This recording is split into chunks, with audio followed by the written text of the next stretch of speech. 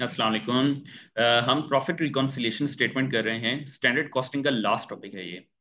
तो अब इसमें सारी की सारी वेरिएंस की कैलकुलेशन के बाद हमने सबसे पहले हमने सेल्स वेरिएंसेस कैलकुलेट करना सीखी, प्राइस और वॉल्यूम। वॉल्यूम वेरिएंसेस दो आती हैं, एब्जॉर्प्शन कॉस्टिंग में अलग होती है, मार्जिनल कॉस्टिंग में अलग होती है। मटेरियल वेरिएंसेस दो होती हैं, प्राइस और यूसेज हैं। लेबर वेरिएंसेस भी दो हैं, रेट और एफिशिएंसी। वेरिएबल ओवरहेड की वेरिएंसेस भी रेट और एफिशिएंसी। और फिक्स्ड ओवरहेड की भी दो वेरिएंसेस हैं, एक्सपेंडिचर और वॉल्यूम। वॉल्यूम वेरिएंस को हम आगे दो मजीद हम कैटेगरी में सब वेरिएंसेस उनकी हम कैलकुलेट कर सकते हैं, जो कौन सी वाली है, एक कैपेसिटी वेरिएंस है और एक एफिशिएंसी वेरिएंस है। तो अब जो है, अब हम चलते हैं कि अब ये सारी की सारी जो वेरिएंसेस हैं ये अब कैलकुलेट करना तो आप लोगों ने सीख ली हैं। लेकिन अब इनको अब हमने रिकॉन्साइल अब हमने कैसे करना है, कि मतलब है कि अब आपने ये प्रेजेंट कैसे करनी है मैनेजमेंट को। मतलब आपने कैसे इन वेरिएंसेस को मैनेजमेंट के सामने रखना है। तो मैनेजमेंट के सामने रखने के लिए आप प्रॉफिट रिकॉन्सिलिएशन स्टेटमेंट्स बनाते हो। प्रॉफिट रिकॉन्सिलिएशन स्टेटमेंट क्या होती है, कि मतलब आपका बजटेड प्रॉफिट होता है और उसमें सारी की सारी वेरिएंसेस उसमें शो हो रही होती हैं। और फिर आप एक्चुअल प्रॉफिट पे पहुंच रहे होते हो। तो मतलब आप असल में बजटेड प्रॉफिट को रिकॉन्साइल कर रहे होते हो एक्चुअल प्रॉफिट के साथ, कि हमारे पास जो बजट और एक्चुअल प्रॉफिट के बीच में जो हमारा फर्क आ रहा है वो सेल्स की वजह से हमारे पास इतना फर्क आया, मटेरियल की वजह से इतना फर्क आया, लेबर की वजह से इतना फर्क आया। तो सारे के सारे आपके रीजंस पता चल रहे होते हैं कि हमारे पास प्रॉफिट पे जो इम्पैक्ट आ रहा है वो ज्यादा हो रहा है, कम हो रहा है, तो किस किस वजह से हो रहा है। तो एब्जॉर्प्शन कॉस्टिंग में स्टेटमेंट अलग होती है, मार्जिनल कॉस्टिंग में अलग बनती है। तो अब कहाँ से स्टार्ट, हमने कहाँ से लेना है, बजटेड प्रॉफिट से। ठीक है, उसके बाद सेल्स वेरिएंसेस आपने सारी की सारी प्लस माइनस कर लेनी है। प्राइस वेरिएंस में अगर फेवरेबल है तो प्लस कर लेना है, अगर एडवर्स है तो माइनस कर लेना है। ठीक है, वॉल्यूम वेरिएंस पर होगी। फिर आपके पास क्या फिगर आ रही है यहाँ पे, actual sales less standard full cost of sales. मतलब है कि अब आपके पास बजट प्रॉफिट में सारी की सारी बजटेड फिगर्स यूज हो रही थी। मतलब है कि बजटेड सेल्स और बजटेड कॉस्ट ऑफ सेल्स। तो जब आपने सारी की सारी सेल्स वेरिएंसेस को प्लस माइनस कर लिया तो उसका क्या मतलब है, आप कहां तक पहुंच गए, एक्चुअल सेल्स तक। तो लेकिन आपने अभी कॉस्ट वेरिएंसेस को प्लस माइनस नहीं किया, तो इसलिए सारे आपकी लेस क्या हो रही है, स्टैंडर्ड कॉस्ट ऑफ सेल्स हो रही है। मतलब है कि ये एक तरह का प्रॉफिट ही होता है, लेकिन ना ही बजटेड प्रॉफिट होता है ना ही एक्चुअल प्रॉफिट होता है, थोड़ी बीच की चीज है। अच्छा, इसको आप कंपेयर कर सकते हो इस फिगर के साथ जो मार्जिनल कॉस्टिंग में आ रही है। वहां पे क्या है, actual sales less standard marginal cost of sales. यहाँ पे क्या था, standard full cost of sales. वजह क्या है, यहाँ पे जो कॉस्ट ऑफ सेल्स वाली फिगर है वो कौन सी है, वो वेरिएबल कॉस्ट ऑफ सेल्स है। मार्जिनल का मतलब वेरिएबल है। यहाँ पे कौन सी है, फुल कॉस्ट ऑफ सेल्स है, मतलब है कि फिक्स्ड वाली भी उसमें शामिल है। अच्छा, फिर कॉस्ट वेरिएंसेस सारी की सारी आपने प्लस माइनस कर लेनी है। फिर आगे पास एक्चुअल प्रॉफिट आ जाएगा। फिर मार्जिन कॉस्टिंग पे आते हैं। मार्जिन कॉस्टिंग में स्टार्ट सबसे पहले याद रखें कहाँ से हो रहा है, बजटेड कंट्रीब्यूशन से। बजटेड कंट्रीब्यूशन क्या होता है, मतलब जो आपके पास बजटेड प्रॉफिट और लॉस में आपके जो बजट कंट्रीब्यूशन की फिगर थी, तो ये कैसे कैलकुलेट होती है, ये आपके पास आप याद करें, बजट प्रॉफिट कैसे कैलकुलेट होता है, budgeted contribution minus fix budgeted fix production overhead या बजटेड फिक्स्ड ओवरहेड। तो वो माइनस करने के बाद बजटेड प्रॉफिट आता है। तो अब हमने अगर बजटेड कंट्रीब्यूशन कैलकुलेट करना है तो हम क्या करेंगे, बजटेड प्रॉफिट में प्लस कर लेंगे बजटेड फिक्स्ड ओवरहेड। ठीक है, बस आपने ये याद रखना है बजटेड कंट्रीब्यूशन कैसे कैलकुलेट होता है, budgeted profit plus budgeted fixed overhead. फिर आपके पास सेल्स वेरिएंसेस वो आपने प्लस माइनस कर लेनी है। फिर आते हैं, फिर उसके बाद अब आपकी जो कॉस्ट वेरिएंसेस जो लेस हो रही हैं यहाँ पे मार्जिनल कॉस्टिंग में, वो दो कैटेगरीज में हो रही हैं। सबसे पहले वेरिएबल कॉस्ट वेरिएंसेस लेस हो रही हैं, फिर जाके फिक्स्ड कॉस्ट वेरिएंस लेस हो रही हैं यहाँ पे, लेकिन इकट्ठा हो रहा था काम। तो वेरिएबल कॉस्ट वेरिएंसेस आपने सारी की सारी लेस करने के बाद, प्लस माइनस करने के बाद आपके पास जो फिगर आ रही है उसको क्या बोला जाता है, एक्चुअल कंट्रीब्यूशन। फिर उसके बाद आपने लेस करना है बजटेड फिक्स्ड ओवरहेड। फिर उसके बाद आपने फिक्स्ड कॉस्ट वेरिएंसेस, वेरिएंस यहाँ पे एक ही होती है, एब्जॉर्प्शन कॉस्टिंग में दो होती हैं, एक्सपेंडिचर और वॉल्यूम यहाँ पे एक ही होती है, सिर्फ एक्सपेंडिचर वाली मार्जिनल कॉस्टिंग में। तो बजटेड फिक्स्ड ओवरहेड आपने लेस करना है एक्चुअल कंट्रीब्यूशन में से, फिर आपने ये वाली वेरिएंस प्लस माइनस कर लेनी है, फिर आपके पास एक्चुअल प्रॉफिट आ जाता है। तो अब इसकी कैलकुलेशन करते हैं। हमारे पास वेरिएंसेस की कैलकुलेशन ऑलरेडी हुई हुई है। तो अब ये क्वेश्चन कौन सा वाला है जो मैं कराने लगा हूँ, ये वाला क्वेश्चन है, इलस्ट्रेशन 8 है, सॉरी इलस्ट्रेशन 12 है, फ्रॉम एफएमए स्टडी टेक्स्ट कैपलन वाली 23-24। तो ऑपरेटिंग स्टेटमेंट्स का ये वाली हेडिंग है इलस्ट्रेशन 12। तो अब इसमें देखो कि हमारे पास प्रॉफिट पर यूनिट हमने कैलकुलेट किया था क्लास में, ये क्या आ रहा है, $5 पर यूनिट। ठीक है, ये प्रॉफिट पर यूनिट है। तो ये हमने कैसे कैलकुलेट किया था, हमने कॉस्ट कार्ड बनाया था, स्टैंडर्ड कॉस्ट कार्ड बनाया था, तुम्हारे पास बजटेड प्रॉफिट पर यूनिट आ गया था $5।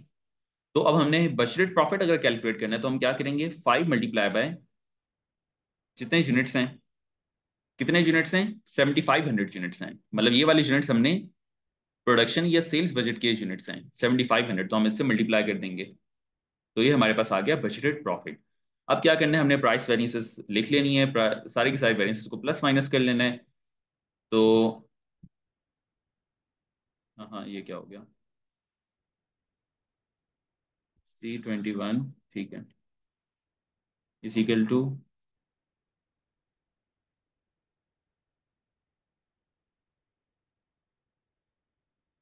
ये होगी प्राइस वेरिएंस। फिर चलते हैं वॉल्यूम वेरिएंस पे, फिर actual sales less standard full cost of sales. तो ये क्या फिगर आएगी, budget profit plus price variance plus volume variance. अगर अगर तो एडवर्स वेरिएंस आ रही है तो माइनस हो रही होगी। तो हमारे पास आ गई actual sales less standard full cost of sales 39,270। फिर अब मटेरियल प्राइस वेरिएंस हमारे पास आ रही है 886 एडवर्स में। इसी को अब हम ड्रैग कर लेते हैं नीचे, कॉपी पेस्ट कर लेते हैं, तो हमारे पास सारी वेरिएंसेस कॉपी पेस्ट हो गई हैं। तो अब देखो यहाँ पे, यहाँ फिक्स्ड ओवरहेड वॉल्यूम वेरिएंस कितनी है 2000, तो यहाँ पे भी कितनी है, फिक्स्ड ओवरहेड वॉल्यूम वेरिएंस 2000 है, तो इसका मतलब सारी की सारी वैल्यूज ठीक हैं। तो अब हमने एक्चुअल प्रॉफिट कैसे आएगा, 39,270 माइनस 886 प्लस 3850 माइनस 3157 माइनस 4620, इस तरह से करके हमारे पास आ गया एक्चुअल प्रॉफिट। इसको टैली कर लेते हैं, ये देखो 39107, 39107। फिर आप चलते हैं मार्जिनल कॉस्टिंग पे। सबसे पहले बजटेड कंट्रीब्यूशन कैलकुलेट करना है। बजटेड कंट्रीब्यूशन कैसे कैलकुलेट होता है, budgeted profit 37,500 plus budgeted fixed overhead. Budgeted fixed overhead हमारा कितना है, क्वेश्चन में गिवन है, बजटेड फिक्स्ड ओवरहेड है हमारा 75,000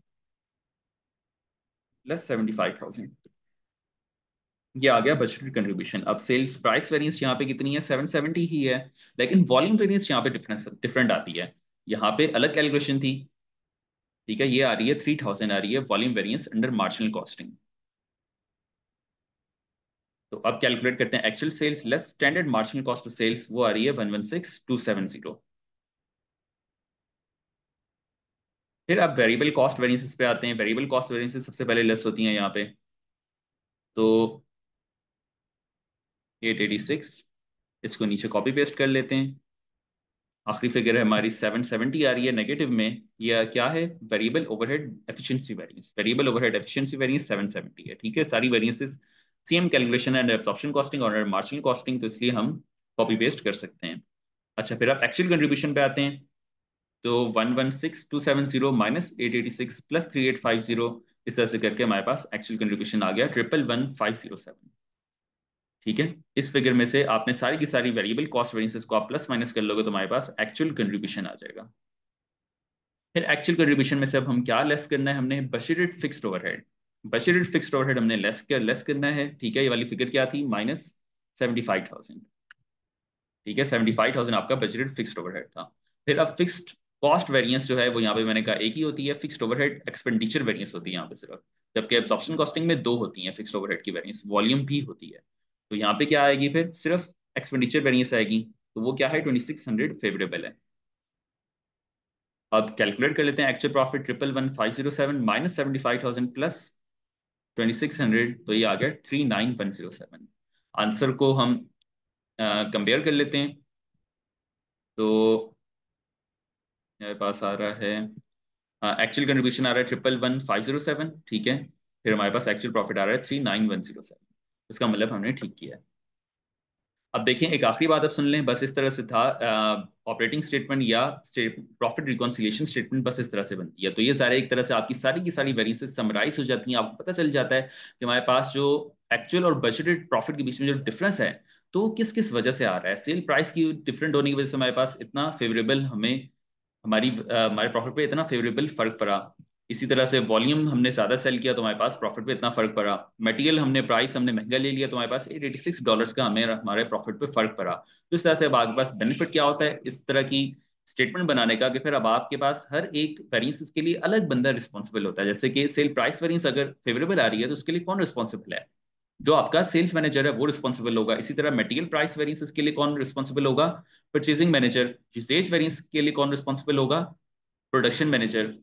efficiency variance, labour efficiency variance के लिए कौन रिस्पॉन्सिबल होगा, production manager. Labour rate variance के लिए कौन रिस्पॉन्सिबल होगा? Human resource department. तो इस तरह से आपके पास अलग अलग जो रिस्पॉन्सिबिलिटीज हैं, वो फिर आपको फिर पता चल जाती है कि कौन कौन सा मैनेजर, किस मैनेजर की रिस्पॉन्सिबिलिटी थी ये वाली वेरिएंस। तो ये ज़ाहिर है बहुत यूजफुल होता है किसी भी ऑर्गेनाइजेशन के लिए। अच्छा, फिर बस अब आखिरी बात सुन लें। जो वॉल्यूम वेरिएंस है, वॉल्यूम वेरिएंस एब्जॉर्प्शन कॉस्टिंग में कितनी है वॉल्यूम वेरिएंसेस? दो हैं, एक सेल्स वॉल्यूम वेरिएंस और एक फिक्स्ड ओवरहेड वॉल्यूम वेरिएंस। तो सेल्स वॉल्यूम वेरिएंस यहाँ पे कितनी आ रही है? 1000, और फिक्स्ड ओवरहेड वॉल्यूम वेरिएंस कितनी आ रही है? 2000। तो टोटल जो है वॉल्यूम वेरिएंस वो कितनी आ रही है? $3000। मार्जिनल कॉस्टिंग में सिर्फ एक ही होती है वॉल्यूम वेरिएंस, वो कौन सी होती है? Sales volume variance. वो भी कितनी है? 3000 है। तो देखो वॉल्यूम वेरिएंस आपके पास यहाँ पे भी 3000 थी, यहाँ पे भी 3000 है, लेकिन यहाँ पे दो लाइंस में शो हो रही हैं और यहाँ पे सिर्फ एक लाइन में शो हो रही है। बस ठीक है। तो बस ये आपका पूरा स्टैंडर्ड कॉस्टिंग जो चैप्टर था वो आपका खत्म हो गया। तो बस इसकी पे मैं क्वेश्चन भेजूंगा, वो बस आप लोग प्रैक्टिस कर लें। ओके, अल्लाह हाफिज।